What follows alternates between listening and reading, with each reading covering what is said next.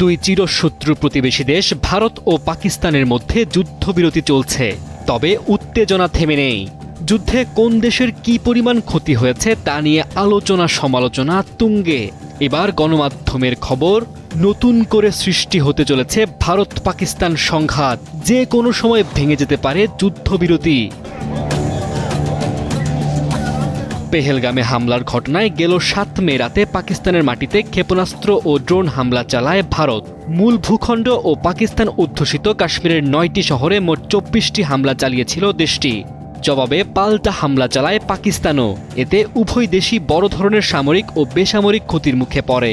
যুদ্ধে ভারতীয় ৬টি যুদ্ধবিমান ভূপাতিত করে পাকিস্তান। চলমান পরিস্থিতিতে ভারত ও পাকিস্তানের মধ্যে যুদ্ধবিরতি ধরে রাখা অত্যন্ত কঠিন। যে কোনো সময় ভেঙে যেতে পারে এই যুদ্ধবিরতি, জানিয়েছেন যুক্তরাষ্ট্রের পররাষ্ট্রমন্ত্রী মার্কো রুবিও। তিনি জানান, যুদ্ধবিরতির সবচেয়ে বড় জটিলতা হলো সেটি বজায় রাখা। প্রতিদিন খেয়াল রাখা হচ্ছে পাকিস্তান ও ভারতের মধ্যে কী ঘটছে। মার্কিন সম্প্রচার মাধ্যম এনবিসি নিউজকে রুবিও জানান, দুই প্রতিবেশী পরাশক্তির মধ্যে সম্ভাব্য পারমাণবিক সংঘাত এড়াতে ভূমিকা রেখেছে যুক্তরাষ্ট্রের প্রেসিডেন্ট ডোনাল্ড ট্রাম্প। অস্ত্রবিরতি তখনই কার্যকর হয় যখন উভয় পক্ষ গুলি চালানো বন্ধে রাজি হয়। কেবল অস্ত্রবিরতি নয়, এমন এক শান্তি চুক্তি প্রয়োজন যা যুদ্ধ রোধ করবে এবং ভবিষ্যতেও সংঘাত এড়াবে।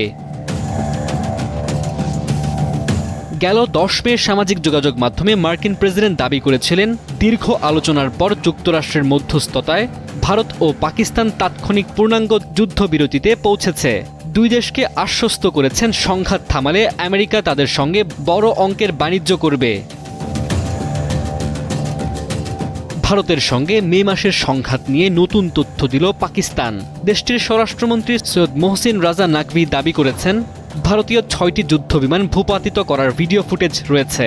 পাকিস্তানের এমন দাবিতে ভারতের এক জেনারেল স্বীকার করেছেন, তাদের বাহিনী আকাশে ক্ষতিগ্রস্ত হয়েছে, তবে ৬টি যুদ্ধবিমান ভূপাতিতের বিষয়টি অস্বীকার করেছেন।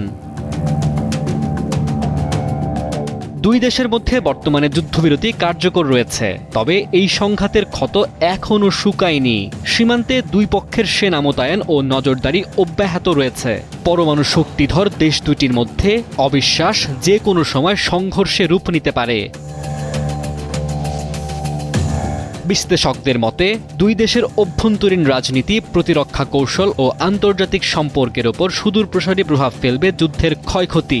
সর্বোপরি এই ঘটনা দুই দেশের ইতিহাসে একটি স্মরণীয় অধ্যায় হিসেবে থেকে যাবে।